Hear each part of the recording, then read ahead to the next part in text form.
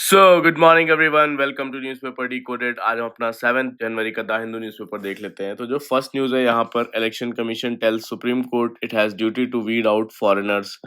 तो election commission of India ने supreme court को बताया है कि जो स्पेशल इंटेंसिव रिवीजन चल रहा है इलेक्टोरल रोल्स का, वो एनआरसी जैसा नहीं है, यानी national register of citizens create करने जैसा नहीं है। उन्होंने कहा कि पैरेलल एनआरसी क्रिएट हो रही है, ये वाली बात सिर्फ पॉलिटिकल रेटोरिक है और सच्चाई पर बेस्ड नहीं है। तो इलेक्शन कमीशन ऑफ इंडिया ने कहा कि ये उनका कॉन्स्टिट्यूशनल ड्यूटी है कि वो वोटर लिस्ट में सिर्फ इंडियन सिटीजन्स ही हों और फॉरेनर्स ना हों। और जो एसआईआर का प्रोसेस है, ये बिहार से स्टार्ट हुआ और फिर उसके बाद 12 स्टेट्स और यूनियन टेरिटरीज तक एक्सपैंड हो चुका है, जिसका पर्पस है कि वोटर एलिजिबिलिटी वेरीफाई करना। तो इलेक्शन कमीशन ने डिफरेंस बताया कि जो नेशनल रजिस्टर ऑफ सिटीजन है, उसमें सारे इंक्लूडेड होते हैं, सिटीजन्स ऑफ ऑल एजेस। और जो इलेक्टोरल रोल होता है, इलेक्टोरल रोल में सिर्फ 18 प्लस जो इंडियन सिटीजन इंक्लूड होते हैं, जो वोट कर सकते हैं। तो इसलिए इलेक्टोरल रोल्स को बनाना बनाना वो बेसिकली पैरेलल एनआरसी नहीं कहा जा सकता। और इलेक्शन कमीशन ने बताया कि उन्हें आर्टिकल 324 जिससे जो है पावर मिलती है कि वो सिटीजनशिप वेरीफाई कर सकें, जबकि एनआरसी मेंटेन करना है बेसिकली सेंट्रल गवर्नमेंट का काम है under citizenship act section 14A। और उन्होंने ये भी कहा कि इंडिया के इलेक्टोरल सिस्टम में सिटीजनशिप हमेशा से इम्पोर्टेंट रही है। सिर्फ सिटीजन ही वोट कर सकते हैं और प्रेसिडेंट हो, एमपी हो, एमएलए हो, जज जैसे पोस्ट वो इंडियन सिटीजन्स ही होल्ड कर सकते हैं। तो पार्लियामेंट जो इलेक्शन लॉज बनाती है, वो भी कॉन्स्टिट्यूशन के रूल्स के अंडर ही होती है। ऐसा पूरा इलेक्शन कमीशन ने सफाई दी है सुप्रीम कोर्ट में। फिर यहाँ पर क्या हुआ है कि इलेक्शन कमीशन ने उत्तर प्रदेश के लिए जो ड्राफ्ट वोटर लिस्ट पब्लिश की है, जिसमें स्पेशल इंटेंसिव रिवीजन के बाद 2.89 करोड़ लोगों के नेम डिलीट कर दिए गए हैं। और ये सब अब तक का किसी भी स्टेट में सबसे ज़्यादा डिलीशंस हुए हैं टोटल नंबर के हिसाब से। और पहले लिस्ट में 15.44 करोड़ वोटर्स थे, जिसमें कि 12.55 करोड़ नेम्स रिटेन किए गए हैं। बाकी 18.7% वोटर्स के नाम हटा दिए गए हैं, जिसमें कि रीज़न कई सारे हैं, जिसमें कि सबसे ज़्यादा 14.6% जो है वो रीज़न परमानेंटली माइग्रेट कर गए हैं या उनका वेरिफिकेशन नहीं मिला है। और फिर उसके बाद में जो है 2% के आसपास, 3% के आसपास डिजीज्ड बोले गए हैं और कुछ में डुप्लीकेट या मल्टीपल रजिस्ट्रेशंस हैं। तो अब जो क्लेम्स एंड ऑब्जेक्शंस फाइल करने का विंडो है, वो 1 मंथ का रखा गया है, जिसमें कि कोई नेम्स कट हुए हैं तो वो डॉक्यूमेंट्स के साथ वेरिफिकेशन में अपीयर हो सकते हैं। फिर जो नेक्स्ट न्यूज़ है, ये बेसिकली इंडिया और पाकिस्तान के बीच में ऑपरेशन सिंदूर हुआ था पहलगाम टेरर अटैक को लेके, उसको लेके है, जिसमें कि यूएस प्रेसिडेंट हमेशा से बोलते हैं कि इस ऑपरेशन में उन्होंने सीज़ फायर करवाया। वहीं इंडिया जो है हमेशा इस चीज़ को डिनाई करता है कि उन्होंने सीज़ फायर नहीं करवाया है। तो अभी उसी को लेकर न्यूज़ है कि इंडिया में जो वॉशिंगटन की एम्बेसी है, उसने 10th मई 2025 को, जिस दिन इंडिया और पाकिस्तान के बीच सीज़ फायर अनाउंस हुआ, उसी दिन इंडिया ने कुछ यूएस ऑफिशियल्स से बात करने की रिक्वेस्ट जो है भेजी। और एम्बेसी का मेन पर्पस मेनली ये था कि कॉन्फ्लिक्ट के बारे में जो मीडिया कवरेज है और सिचुएशन को समझाया जा सके।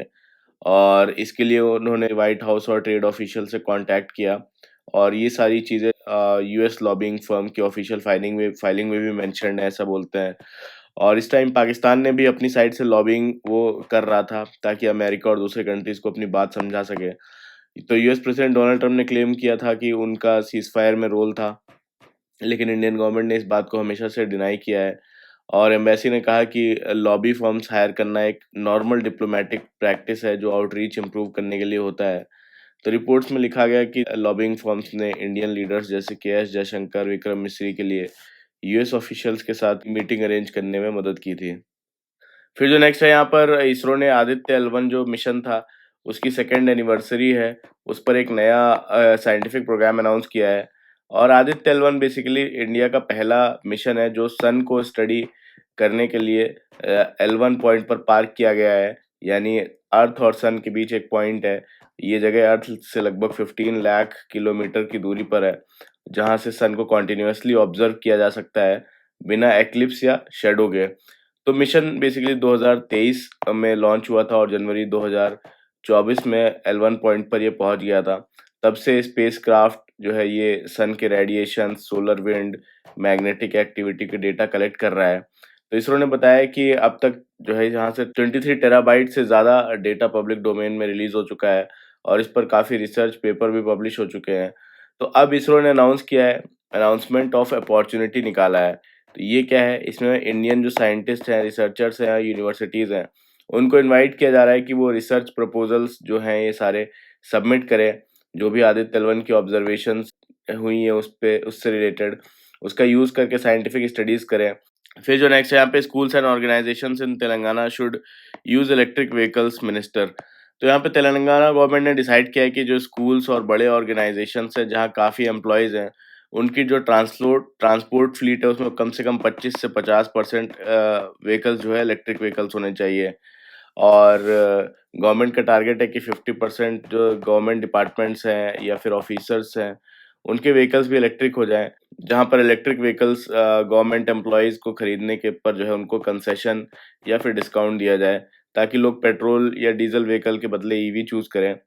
तो ये स्टेप बेसिकली पॉल्यूशन कम करने के लिए लिया जा रहा है, क्योंकि हैदराबाद का पॉल्यूशन लेवल अब दिल्ली के बाद सबसे ज़्यादा बताया जा रहा है। फिर जो नेक्स्ट है यहाँ पे, Modi not that happy with me due to tariffs Trump. तो यहाँ पे यूएस प्रेसिडेंट डोनाल्ड ट्रम्प ने बोला कि प्राइम मिनिस्टर नरेंद्र मोदी उनसे ज़्यादा खुश नहीं है, क्योंकि अमेरिका ने इंडिया पर हाई टैरिफ्स लगाए हैं, स्पेशली उन ऑयल डील्स पर जो इंडिया रशिया से खरीदता है। और ट्रम्प ने कहा कि उनकी मोदी से रिलेशंस अच्छी हैं, लेकिन इंडिया को अब ज़्यादा टैरिफ देना पड़ रहा है, इसलिए मोदी नाराज़ हैं। और ट्रम्प का क्लेम है कि इन टैरिफ की वजह से इंडिया ने रशियन ऑयल इम्पोर्ट वो काफ़ी कम कर दिया है, और जैसा कि 50% यूएस ने इंडिया पर टैरिफ लगाया हुआ है, जिसमें कि 25% टैरिफ लगाया हुआ है प्लस 25% टैरिफ लगाया हुआ है रशिया से ऑयल खरीदने के लिए एक्स्ट्रा। फिर जो नेक्स्ट है यहाँ पर, यहाँ क्या हुआ है, सुप्रीम कोर्ट ने एक पिटीशन सुनने के लिए एग्री किया है, जिसमें कि डिमांड की गई है कि सेंटर और आरबीआई एक कॉमन एसओपी बनाए, रूल्स एंड प्रोसेस बनाए, ताकि साइबर क्राइम इन्वेस्टिगेशन जब चल रही होती है उसके दौरान जो बैंक अकाउंट्स हैं उसको फ्रीज या फिर अनफ्रीज करने का एक यूनिफॉर्म सिस्टम जिसमें कि बनाया जा सके। तो पिटीशन में कहा गया कि अभी क्या होता है कि कई बार जो पुलिस होती है या साइबर सेल होती है, बिना क्लियर किसी प्रोसीजर के अकाउंट्स जो है वो फ्रीज कर देते हैं, और सिर्फ एक कॉल आने पर, जिससे लोगों को बड़ी फाइनेंशियल प्रॉब्लम होती है। इसलिए डिमांड की गई है कि कोई भी अकाउंट सिर्फ रिटन कंसेंट या रीजन्ड ऑर्डर पर के बेसिस पे फ्रीज हो। अकाउंट होल्डर को 24 आवर्स के अंदर इन्फॉर्म किया जाए। फिर जो नेक्स्ट है यहाँ पे, education minister releases 55 volumes of literary work. तो यहाँ पे यूनियन एजुकेशन मिनिस्टर जो धर्मेंद्र प्रधान है, उन्होंने 55 बुक लॉन्च किए हैं, जिसमें कि इंडिया की क्लासिकल लैंग्वेजेस जैसे कि कन्नड़, उड़िया, तेलुगु, मलयालम, तमिल में लिखी लिटरेरी वर्क्स पर बेस्ड है। और साथ ही जो तिरुक्कल है, जो तमिल क्लासिक टेक्स्ट है, उसका जो है साइन लैंग्वेज सीरीज भी रिलीज किया है, ताकि जो हियरिंग इम्पेयर्ड लोग हैं उसे पढ़ सकें और समझ सकें। तो मिनिस्टर ने कहा कि ये इनिशिएटिव बेसिकली इंडिया की लिंग्विस्टिक हेरिटेज को प्रमोट करने के लिए है, और एजुकेशन और रिसर्च में इंडियन लैंग्वेजेस को सेंटर स्टेज पर लाने के लिए है। तो उन्होंने कहा कि लैंग्वेज यूनिटी का ब्रिज है, और इंडियन लैंग्वेजेस को नेशनल प्राइड और आइडेंटिटी का हिस्सा समझना चाहिए, और नेशनल एजुकेशन पॉलिसी 2020 का फोकस इंडियन लैंग्वेज एजुकेशन पर है। फिर जो नेक्स्ट है यहाँ पर, सुप्रीम कोर्ट ने दिल्ली एनसीआर के पॉल्यूशन को लेकर क्या बोला। उन्होंने कहा कि दिल्ली और जो एनसीआर में बढ़ रहा एयर पॉल्यूशन है, उसका नुकसान जिन्हें होता है, वो लोग खुद भी डायरेक्टली और इनडायरेक्टली जो है उसे कंट्रीब्यूट करते हैं, और मतलब हम सब अपनी एक्टिविटीज से पॉल्यूशन बढ़ा रहे हैं। तो चीफ जस्टिस ने कहा कि इतने सालों में रिपोर्ट्स और प्लान बनाने के बावजूद जो एयर क्वालिटी है उसमें रियल इम्प्रूवमेंट नहीं दिख रहा। तो कोर्ट ने ये भी पॉइंट आउट किया कि अभी तक जो पॉल्यूशन के एग्जैक्ट कॉजेज पर क्लियर कंसेंसस नहीं है। कुछ लोग कहते हैं कि स्टबल बर्निंग रिस्पॉन्सिबल है, कुछ कहते हैं कि व्हीकल्स। तो कोर्ट ने जो centre for air quality management से पूछा कौन सा फैक्टर कितना परसेंट जो है कंट्रीब्यूट करता है, तो क्या एक्सपर्ट्स इस पर श्योर हैं। तो रिपोर्ट में डिफरेंस मिला। हैवी व्हीकल का कंट्रीब्यूशन कुछ बोलते हैं कि 20% बताया, कहीं पे 40% बताया। तो कोर्ट ने ये भी कहा कि जो ट्रक्स रोक देना या कंस्ट्रक्शन बंद कर देना एक तरफ से पॉल्यूशन कम करेगा, लेकिन दूसरी तरफ से लोगों की जो डेली लाइफ है, सप्लाई और हाउसिंग पर बुरा इफेक्ट पड़ेगा, इसलिए बैलेंस सॉल्यूशन चाहिए। तो वही यहाँ पर centre for air quality management ने 2 महीने मांगे थे इसके लिए एग्जैक्ट रीजन फाइंड करने के लिए, बट सुप्रीम कोर्ट ने कहा इतना टाइम तो ज़्यादा है, और इशू वाइज इमीडिएट स्टेप इसके लिए चाहिए। फिर जो नेक्स्ट है यहाँ पे, the right to disconnect is an always on economy. तो यहाँ पे आर्टिकल का मेन पॉइंट ये है कि जो डिजिटल एज है उसमें स्मार्टफोन्स, लैपटॉप्स और कांस्टेंट ईमेल्स ने वर्क और प्रोफेशनल लाइफ के बीच की बाउंड्री तोड़ दी है। एम्प्लॉयज से एक्सपेक्ट किया जाता है कि वो 24/7 आवर्स अवेलेबल रहें, वीकेंड्स, इवनिंग्स, हॉलीडेज सब वर्क डेज का एक्सटेंशन बन गया है और इस कल्चर के कारण जो बर्नआउट है, स्ट्रेस और हेल्थ इश्यूज जो है बढ़ रहे हैं। तो जो इंटरनेशनल लेबर ऑर्गेनाइजेशन है उसके हिसाब से इंडिया के जो 51% वर्कर्स हैं 49 प्लस आवर्स जो है वर्क पर वीक काम करते हैं, जो एक्सट्रीमली अनसस्टेनेबल है। और 78% एम्प्लॉयज़ बर्नआउट फील करते हैं, जिससे कि उनको मेंटल और फिजिकल हेल्थ जैसे कि हाइपरटेंशन, एंग्जाइटी, डिप्रेशन पर सीरियस इफेक्ट पड़ता है और प्रोडक्टिविटी भी गिर जाती है।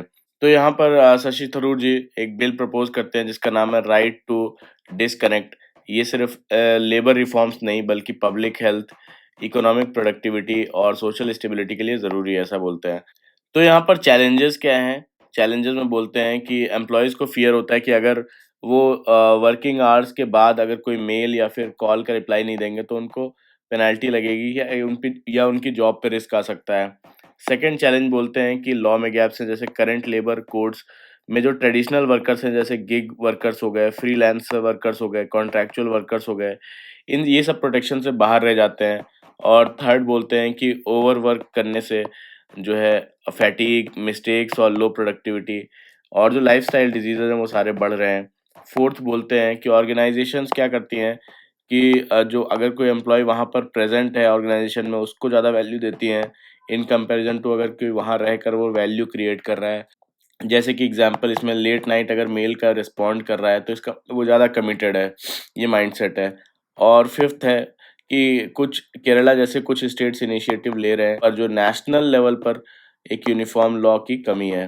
तो यहाँ पर वे फॉरवर्ड में क्या बोला जा सकता है कि national right to disconnect law होना चाहिए, जिसमें कि occupational safety, health and working condition जो कोड है, उसमें अमेंडमेंट करके जितने भी एम्प्लॉइज़ हैं, जितने गिग हैं, कॉन्ट्रैक्चुअल वर्कर हैं या फ्रीलांसर्स हैं, सबको प्रोटेक्शन मिले।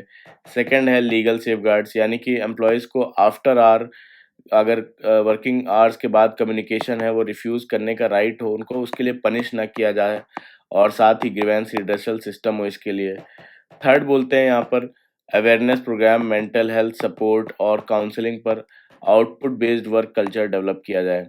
और फोर्थ बोलते हैं यहाँ पर कि जो France, Portugal, Ireland, Italy, Australia इन सब ने ये लॉज अडॉप्ट किए हैं जिसमें कि सस्टेनेबल प्रोडक्टिविटी इम्प्रूव हो। और यहाँ पर बोलते हैं कि सेंट्रल लेवल जो पॉलिसी है उससे एम्प्लॉय डिग्निटी, हेल्थ और लॉन्ग टर्म प्रोडक्टिविटी, यानी कि नेशनल अगर फ्रेमवर्क बनाते हैं तो उससे एम्प्लॉय डिग्निटी, हेल्थ और जो लॉन्ग टर्म प्रोडक्टिविटी है वो सारी सिक्योर होगी।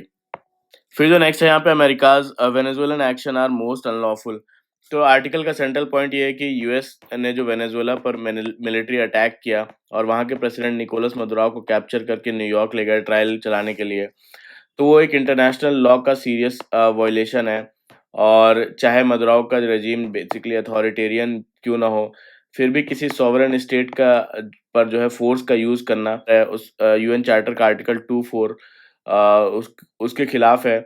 और इसमें क्या बोला गया है कि इसमें सिर्फ 2 ही एक्सेप्शंस हैं। Article 24 permits only 2 narrow exceptions, force may be used in self defence और with the authorization of the United Nation Security Council. और इस केस में जो इन्होंने कैप्चर किया निकोलस मदुराओ को, ये दोनों ही कंडीशंस प्रेजेंट नहीं थी।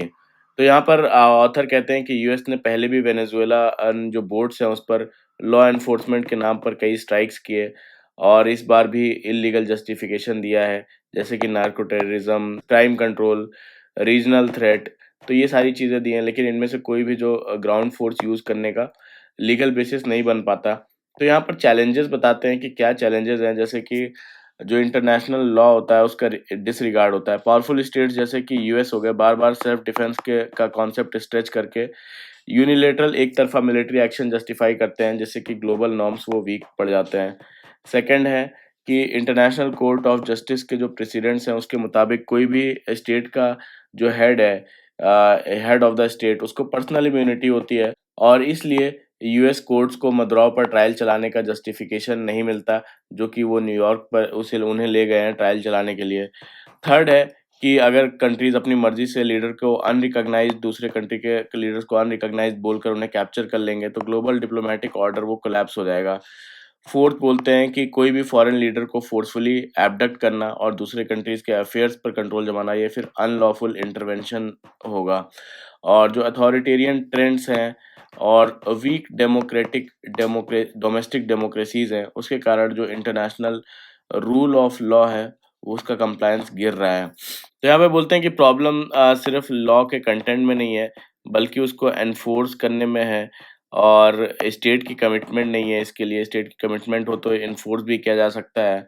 और जब इंटरनेशनल रूल ऑफ लॉ जो है वो वीक पड़ जाता है, और तभी स्टेट के जो ग्लोबल नॉर्म्स हैं वो इग्नोर किए जाते हैं। इसीलिए डेमोक्रेसी और अकाउंटेबिलिटी को रीइंफोर्स करना बहुत ज़्यादा ज़रूरी है। और डेमोक्रेटिक जो फोर्सेस हैं उनको सबको मिलकर इल्लीगल मिलिट्री एक्शंस और जो पावर अब्यूज़ है उसका रेजिस्टेंस करना होगा।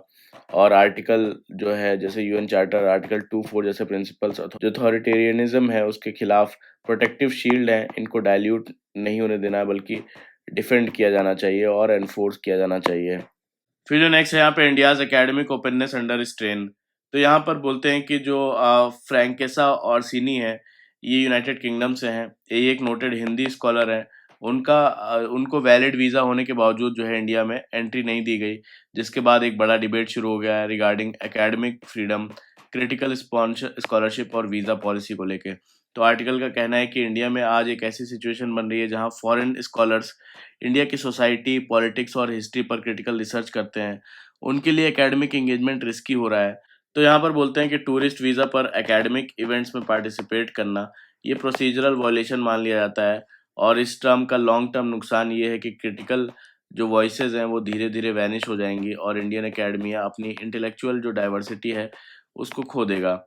तो यहाँ पर इससे होता क्या है कि स्कॉलर्स हेजिटेट करने लगे हैं और कॉन्फ्रेंसेस में टॉपिक को अवॉइड करते हैं, यानी रिस्की थीम्स से बचते हैं। और अगर क्रिटिकल स्कॉलर्स को सेलेक्टिवली रेस्ट्रिक्ट किया गया, तो मैसेज जाता है कि इंडिया सिर्फ स्टेट अलाइंड जो नैरेटिव्स हैं उसको टॉलरेट करता है। और जो रिस्क अवॉइडेंस से रिसर्च नेटवर्क भी ब्रेक हो जाते हैं, यानी कि स्टूडेंट्स को ग्लोबल एक्सपोजर वो कम मिलता है और स्कॉलरशिप सरफेस लेवल तक रह जाती है। और यहाँ पर बोलते हैं कि आज के रिसर्च एरियाज जैसे कि artificial intelligence, climate, migration, post colonial studies, global partnership के बिना जो है पॉसिबल नहीं है। और हिस्टोरिकली इंडिया एक dialogue based plural open academic space रहा है। अगर यूनिवर्सिटीज़ जो है वो इको चैम्बर बन गए, तो डेमोक्रेसी की जो इंटेलेक्चुअल स्ट्रेंथ है वो वीक हो जाएगी। तो यहाँ पर बोलते हैं इंडिया को करना क्या चाहिए। एक तो बोलते हैं इंडिया को ऐसी पॉलिसी बनानी बनानी चाहिए जहाँ पर इंटेलेक्चुअल डिसेंट और जो पॉलिटिकल सबवर्जन के बीच एक क्लियर डिफरेंस बनाया जाए। सेकंड है कि डेमोक्रेसी तब स्ट्रांग होती है जब वो क्रिटिसिज्म को अलाउ करे और जो सेंसरशिप है उसको ना अलाउ करे। थर्ड है कि यहाँ पर एक बैलेंस्ड वीज़ा फ्रेमवर्क डेवलप किया जाए, जिसमें कि डायलॉग एंड रिसर्च को जो कॉपरेशन है उसको प्रमोट किया जाए। और इनिशिएटिव्स जैसे कि ज्ञान फुल फॉर्म है global initiative of academic networks. तो ये गवर्नमेंट ऑफ इंडिया का ऐसा प्रोग्राम है जिसमें कि फॉरेन यूनिवर्सिटीज़ के टॉप प्रोफेसर्स, रिसर्चर्स को इंडिया में बुलाना, ताकि वो इंडियन स्टूडेंट्स, रिसर्चर्स और फैकल्टी के साथ जो है अपनी लेक्चर, वर्कशॉप और जॉइंट रिसर्च अरेंज कर सकें। इसमें क्रॉस बॉर्डर कोलैबोरेशन होगा, तभी ये मीनिंगफुल होगा। और बोलते हैं कि एकेडमिक जो स्पेसेस हैं उनको फियर फ्री, डाइवर्स और डिबेट फ्रेंडली रहना चाहिए। वही एक मैच्योर डेमोक्रेसी की पहचान है। फिर जो नेक्स्ट है यहाँ पे रीथिंकिंग इंडियाज स्किलिंग आउटकम्स। तो यहाँ पर बोलते हैं कि पिछले लास्ट 10 ईयर्स में इंडिया ने दुनिया के सबसे बड़े स्किलिंग इकोसिस्टम में से एक डेवलप किया है, जिसका नाम है प्रधानमंत्री कौशल विकास योजना। उसके थ्रू 1.40 करोड़ लोग को ट्रेन और सर्टिफाई किया है 2015 से 2020 के बीच। लेकिन ग्राउंड रियलिटी है ये है कि स्किलिंग यूथ की जो है स्किलिंग फर्स्ट प्रायोरिटी नहीं बन पाई। और जो पीरियोडिक लेबर फोर्स सर्वे का डेटा है वो भी दिखाता है कि वेज गेन्स काफ़ी लो और इनकंसिस्टेंट रहे, खासकर इनफॉर्मल जॉब्स के लिए, जहां सर्टिफाइड स्किल्स को रिकॉग्निशन जो है कम मिलता है। और लाइफ क्वालिटी में भी इम्प्रूवमेंट काफ़ी लिमिटेड है। बोलते हैं कि स्किलिंग तब ज़्यादा यूज़फुल है जब वो फॉर्मल एजुकेशन के साथ इंटीग्रेटेड हो, और वरना फिर वो एक साइड स्ट्रीम की तरह रह जाता है। तो यहाँ पर चैलेंजेस क्या हैं कि बोलते हैं कि एक तो सिर्फ 4.1% जो वर्कफोर्स है उसको फॉर्मल वोकेशनल एजुकेशन ट्रेनिंग मिलती है। और थर्ड बोलते हैं कि सेक्टर स्किल जो काउंसिल्स हैं उसमें स्ट्रक्चरल फेलियर्स हैं कि इसमें मैंडेट था कि industrial relevance employability outcome ensure करना। और लेकिन सिस्टम जो है काफ़ी फ्रैगमेंटेड है, ट्रेनिंग एक बॉडी करवाती है, असेसमेंट दूसरी बॉडी करती है, सर्टिफिकेशन दूसरी, तो प्लेसमेंट कोई और करता है। तो कोई अकाउंटेबिलिटी और जो इसमें ट्रस्ट है वो नहीं है। तो एम्प्लॉयर्स को ये सर्टिफिकेट पर लिमिटेड कॉन्फिडेंस रह गया है। और फोर्थ बोलते हैं कि सर्टिफिकेट्स जो है सिंबॉलिक हो जाते हैं, इकोनॉमिक जो वैल्यू है तब होती है जब हायरिंग इम्पैक्ट उसका दिखे। यहाँ पर क्या किया जा सकता है, बोलते हैं कि एजुकेशन प्लस स्किल जो है उसको इंटीग्रेट करें। स्किल्स को बेसिकली डिग्री प्रोग्राम में एम्बेड किया जाए ताकि लर्निंग पाथवे कंटिन्यूअस रहे। सेकंड बोलते हैं कि क्या कर सकते हैं कि करिकुलम डिज़ाइन, स्टैंडर्ड्स और असेसमेंट में इंडस्ट्रियल अकाउंटेबिलिटी और इंसेंटिव्स दोनों ही बिल्ड किए जाएँ, यानी इंडस्ट्री एज़ अ को-ओनर। और थर्ड बोलते हैं कि अप्रेंटिसशिप को स्ट्रेंथन करना, स्किलिंग को वर्क लिंक्ड बनाया जाए, ऑनबोर्डिंग, प्रोडक्टिविटी और जॉब रेडीनेस जिससे कि इम्प्रूव हो। और फोर्थ बोलते हैं कि जैसे पीएम सेतु हो गया या फिर आईटीआई हो गया, इनका मॉडर्नाइजेशन मॉडल को इंडस्ट्री लेड इम्प्लीमेंटेशन के साथ स्केल अप करें। तो यहाँ पर बोला जा रहा है कि इंडिया का जो स्किलिंग क्राइसिस है वो फंडिंग का नहीं है, बल्कि अकाउंटेबिलिटी इशू है। और जब स्किल्स जो है वो डिग्री का पार्ट बन जाए और इंडस्ट्री एज अ पार्टनर हो और जो एसएससीज हैं उनका जॉब आउटकम के लिए आंसरेबल हो वो, तो स्किलिंग वेलफेयर प्रोग्राम नहीं बल्कि इकोनॉमिक एम्पावरमेंट का इंजन बन जाएगा। फिर जो नेक्स्ट है यहाँ पर water bio materials and how do they work. तो यहाँ पर बोलते हैं कि जैसे जैसे इंडस्ट्रीज क्लीनर मैन्युफैक्चरिंग की तरफ शिफ्ट कर रही हैं, बायो मटेरियल्स जो फॉसिल बेस्ड मटेरियल्स है उसका इम्पॉर्टेंट ऑल्टरनेटिव बन रहे हैं, specially packing, textile, construction, health care sectors में। और बायो मटेरियल्स वो मटेरियल्स होते हैं जो बायोलॉजिकल सोर्सेज से बनते हैं या फिर बायोलॉजिकल प्रोसेस से री इंजीनियर या इंजीनियर किए जाते हैं। और इनका पर्पस होता है कि जो कन्वेंशनल मटेरियल है उसको रिप्लेस या कॉम्प्लीमेंट करना होता है। तो ये 3 टाइप के होते हैं, एक तो ड्रॉप इन बायो मटेरियल जो पेट्रोलियम मटेरियल जैसे होते हैं, और ड्रॉप आउट बायो मटेरियल ये केमिकली डिफरेंट होते हैं जिनको नए प्रोसेसिंग सिस्टम चाहिए, और नोवेल बायो मटेरियल यानी कि नए प्रॉपर्टीज़ वाले जैसे सेल्फ हीलिंग या फिर बायो एक्टिव इम्प्लांट्स। तो इन 3 टाइप के होते हैं। तो इंडिया के लिए बायो मटेरियल्स काफ़ी इंपॉर्टेंट हैं क्योंकि ये एनवायरमेंटल सस्टेनेबिलिटी, इंडस्ट्रियल ग्रोथ और फार्मर्स की इनकम डाइवर्सिफिकेशन और जो फॉसिल फ्यूल की इम्पोर्ट डिपेंडेंसी उसको कम करने में हेल्प करते हैं। साथ ही जो क्लाइमेट गोल्स हैं और वेस्ट रिडक्शन पॉलिसीज़ हैं, उनको सपोर्ट करते हैं। तो इंडिया का जो बायो मटेरियल काफ़ी इम्पोर्टेंट है इंडिया के लिए। तो यहाँ पर बोलते हैं कि इंडिया का जो बायो मटेरियल मार्केट है वो ग्रो कर रहा है, लेकिन कुछ टेक्नोलॉजीज़ जो है वो अभी भी फॉरेन डिपेंडेंसी जिन पर हमारी काफ़ी ज़्यादा हाई है। और फ्यूचर ग्रोथ के लिए इंडिया को रिस्क हैंडल करने होंगे, जैसे कि feed stock versus competition, food competition और water soil stress, weak composting और waste system management, fragmented policy coordination. तो यहाँ पर वे फॉरवर्ड में बोला जा सकता है कि बायो मैन्युफैक्चरिंग कैपेसिटी बढ़ाया जाए, क्लियर रेगुलेशंस एंड रूल्स जो है बनाया जाए, लेबलिंग बनाना, उसके लिए लेबलिंग सिस्टम इम्प्रूव करना, रिसर्च एंड डेवलपमेंट और जो स्टैंडर्ड्स है उसको स्ट्रेंथन करना, और जो अर्ली स्टेज इन्वेस्टर्स हैं इन्वेस्ट कर रहे हैं उनको इंसेंटिव्स देना, और पब्लिक प्रोक्योरमेंट को और थ्रू और जो है इस चीज़ को इनिशिएटिव को सपोर्ट करना। तो ये सारे काम कर सकते हैं। फिर जो नेक्स्ट है यहाँ पे privatisation and policy gaps threaten India's public health system. तो यहाँ पे बोलते हैं कि इंडिया का हेल्थ केयर सिस्टम लगातार क्राइसिस में है। Fake medicine, unnecessary surgeries, unethical trials, rising pollution, junk food consumption और क्लाइमेट चेंज की वजह से लोगों की हेल्थ बिगड़ रही है। और जो हेल्थ केयर का एक्सेस है वो भी अभी भी वो प्रिविलेज है लोगों के लिए कि जो जो जिनके पास पैसा है वही एक्सेस कर पाते हैं। और इसमें कास्ट, क्लास, जेंडर और रिलीजन के बेसिस पर भी हेल्थ आउटकम्स जो है वो डिसाइड होते हैं। तो हेल्थ केयर वर्कर्स भी स्ट्रगल कर रहे हैं, जैसे कि आशा वर्कर्स जो है वो अंडर पेड हैं, पब्लिक हॉस्पिटल्स में पुअर वर्किंग कंडीशन है, प्राइवेटाइजेशन के चलते डॉक्टर्स पर प्रॉफिट ड्रिवन टारगेट्स के प्रेशर जो है वो बढ़ गए हैं। मेडिकल एजुकेशन भी एक्सपेंसिव हो चुकी है, जिससे डॉक्टर्स पहले अपना इन्वेस्टमेंट रिकवर करने पर जोर देते हैं, पब्लिक सर्विस पर जो है कम जोर देते हैं। तो आर्टिकल कहता है कि सिर्फ जो है फंडिंग बढ़ाना या पॉलिसीज बनाना ही काफ़ी नहीं है, बल्कि सिस्टमिक अकाउंटेबिलिटी जो है वो काफ़ी मिसिंग है इस पूरे सिस्टम में। और इस कॉन्टेक्स्ट में डॉक्टर्स का रोल काफ़ी क्रूशियल है। और डॉक्टर सोसाइटी में ट्रस्ट और मॉरल अथॉरिटी रखते हैं क्योंकि वो डायरेक्टली देखते हैं कि कैसे पॉलिसी जो है फेलियर्स डिजीज़, पॉवर्टी और सफरिंग्स में कन्वर्ट हो जा रही हैं। तो हिस्ट्री में भी डॉक्टर्स ने social justice, anti authoritarian struggles, sanitation reforms और इक्वालिटी मूवमेंट में लीडरशिप दिखाई है। और ऑथर का आर्गुमेंट है डॉक्टर्स को जो है साइलेंट टेक्नीशियंस नहीं बल्कि एजेंट्स ऑफ सोशल चेंज जो है बनना होगा। पॉलिसी फेलियर्स को क्वेश्चन करना होगा, हार्मफुल इंडस्ट्रीज को चैलेंज करना होगा और पब्लिक हेल्थ के लिए पॉलिटिकल अकाउंटेबिलिटी डिमांड करनी होगी। तो यहाँ पर बोलते हैं कि ऐसा साइलेंस वो सेफ रहना नहीं होता बल्कि अपनी जिम्मेदारी या अकाउंटेबिलिटी से बचना है, रिस्पॉन्सिबिलिटी से बचना है। और ऐसी जो साइलेंस है वो इलनेस क्रिएट करने में और ज़्यादा सिस्टम को और स्ट्रांग बना देती है और उसमें और ज़्यादा उसकी मदद करती है।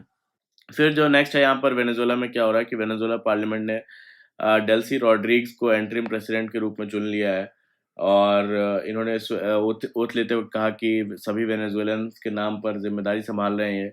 और जो मदुराओ और उनकी वाइफ है जिनको किडनैप किया गया है यूएस के द्वारा, उनको किडनैप्ड हीरोज बताया और पार्लियामेंट ने उनका सपोर्ट किया। फिर जो नेक्स्ट है यहाँ पर US tech over of Greenland would mark end of NATO. तो यहाँ पर डेनमार्क की प्राइम मिनिस्टर ने कहा है कि अगर यूएस जो है ग्रीनलैंड पर मिलिट्री टेक ओवर करता है तो नेटो जो मिलिट्री अलायंस है उसका एंड हो जाएगा। क्योंकि ग्रीनलैंड जो है वो एक सेमी ऑटोनोमस जो है डेनमार्क की टेरिटरी है और नाटो का हिस्सा भी है। तो ये वार्निंग तब आई है जब यूएस प्रेसिडेंट डोनाल्ड ट्रम्प ने एक बार फिर से जो ग्रीनलैंड है उसको यूएस के कंट्रोल में लाने की बात कही है। और इसको बेसिकली ट्रम्प ने कहा है कि वो इस पर जो है 20 दिन के अंदर वो इस पर अपना अनाउंसमेंट कुछ अगला करेंगे।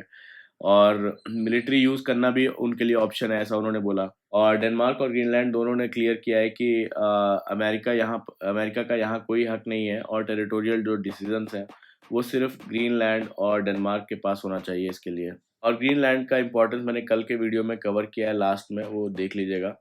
फिर जो नेक्स्ट है यहाँ पे China bans dual use goods export for Japanese military. तो यहाँ पे चाइना ने जापान के खिलाफ जो डुअल यूज गुड्स हैं, आइटम्स है जैसे कि सिविल प्लस मिलिट्री यूज वाली टेक्नोलॉजीज और मटेरियल्स की एक्सपोर्ट जापान को बंद कर दिया है। इसमें कुछ रेयर अर्थ एलिमेंट्स, ड्रोन्स और चिप मैन्युफैक्चरिंग में यूज होने वाली चीज़ें शामिल हो सकती हैं। तो ये सब कब आया है जब जापान के जो पीएम है उन्होंने नवंबर में पार्लियामेंट में कहा कि अगर चाइना जो है वो ताइवान पर अटैक करता है तो वो जापान के लिए एग्जिस्टेंशियल क्राइसिस हो सकता है। मतलब जापान के सर्वाइवल को थ्रेट समझा जा सकता है और इस सिचुएशन में जापान सेल्फ डिफेंस के लिए मिलिट्री एक्शन भी ले सकता है। तो उसके बाद यहाँ पर ये बैन कर दिया गया डुअल यूज एक्सपोर्ट जो टेक्नोलॉजी है जापान को। तो चाइना ने भी वार्न किया कि अगर कोई भी कंट्री ऑर्गेनाइजेशन अगर बैन वायलेट करेगा तो लीगल एक्शन लिया जाएगा। फिर जो नेक्स्ट है यहाँ पे trade union urge centre to increase EPF and ESI cap. तो यहाँ पे क्या हुआ है कि गवर्नमेंट ने जो इन स्कीम्स हैं एम्प्लॉयज प्रोविडेंट फंड स्कीम और employees state insurance corporation scheme, इसमें जो सैलरी लिमिट है या वेज सीलिंग है उसको फिक्स कर रखा है। और जैसे कि ईएसआई का जो वेज लिमिट है वो 21,000 पर मंथ तक होना चाहिए। और जो ईपीएफ है उसका 15,000 बेसिक प्लस डीए होना चाहिए। तो जो इससे नीचे वाली सैलरी होती है जिनकी, वो ऑटोमेटिकली इसके अंडर कवर रह जाते हैं। बाकी जिनकी इनके ऊपर सैलरी रहती है वो इस कवरेज से बाहर हो जाते हैं। यानी उन्हें एम्प्लॉयर डिस्क्रिशनरी बेसिस पर जो ऊपर वाली सैलरी है उन्हें एम्प्लॉयर जो उनको जॉब देता है वो डिस्क्रिशनरी बेसिस पे इंक्लूड कर सकता है। तो इससे इशू कहाँ पर है कि ये लिमिट्स काफ़ी जो पुरानी हैं और जो पीएफ है और ईएसआई का जो फुल बेनिफिट है नहीं मिलता लोगों को। तो वर्कर्स को रिटायरमेंट सेविंग, मेडिकल कवर और पेंशन इससे कम मिलती है जो इससे ऊपर की सैलरी वाले हैं। तो ट्रेड यूनियंस का कहना है कि आज के ज़माने में जो ये लिमिट है 15,000 से 21,000, ये काफ़ी अनरियलिस्टिक है। तो अब डिमांड हो रही है कि जो ये सीलिंग है वो बढ़ाई जाए और ज़्यादा वर्कर्स को सोशल सिक्योरिटी कवरेज जिससे मिल सके। और मिनिमम पीएफ पेंशन भी 1,000 से काफ़ी बढ़ जाए, ऐसा डिमांड कर रहे हैं।